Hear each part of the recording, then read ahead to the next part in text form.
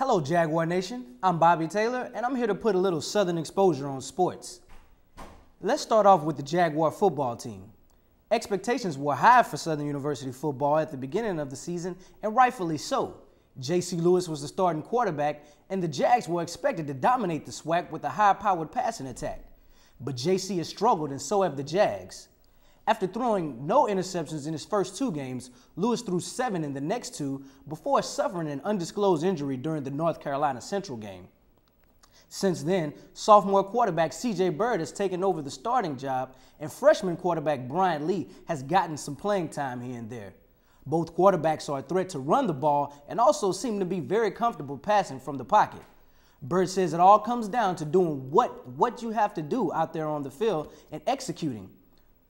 Lee says that both Bird and Lewis are helping him settle into the position, and it makes him feel a little more comfortable when he's out there on the field. We just know whoever's in there, they got to execute and do what they got to do. The main thing we got to work on is executing at the end of the game, finishing the game, and that's what we need to do. You know, we're good friends. We talk about what he does and what I do, and, you know, we try to put it together and make something happen. These 2 guys aren't doing it all by themselves, though. They have 2 of the most dangerous weapons in the SWAC to throw the ball to, and senior tight end Brian Washington and junior wide receiver Jared Landry. Washington has 12 receptions and 6 touchdowns, and Landry has 490 yards and 3 scores receiving so far this season. But Landry says his influence goes beyond the playing field.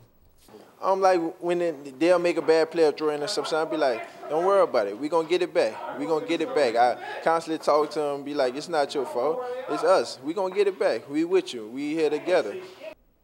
I'm sure that Coach Pete Richardson is happy to hear about that type of leadership and chemistry taking place on his team, no matter who the quarterback is. When asked what happens when Lewis returns, Richardson says he plans to use certain quarterbacks in certain situations on the field. It's tough to play that many quarterbacks, but every quarterback we have has a role on our football team. And I think that we do certain things with certain ones, and anytime you have that opportunity to do that, that puts a lot of strain on the defense of what you're trying to do. The 3-4 Jags are still in contention for a SWAC title.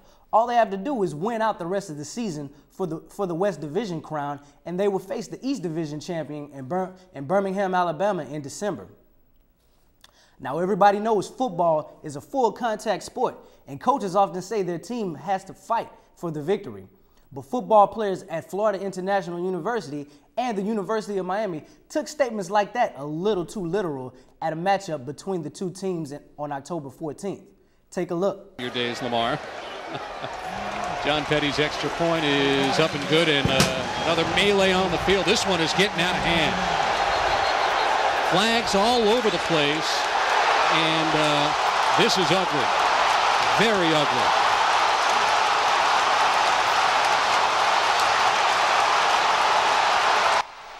Right here, Miami's Anthony Reddick is seen swinging his helmet at other players, and Brandon Merriweather, a team captain nonetheless, is seen stomping on other players. In all, 31 players were disciplined from the incident. 13 players from Miami received at least 1-game suspensions, including Reddick, who was suspended indefinitely. And 16 players from FIU were given the same punishment.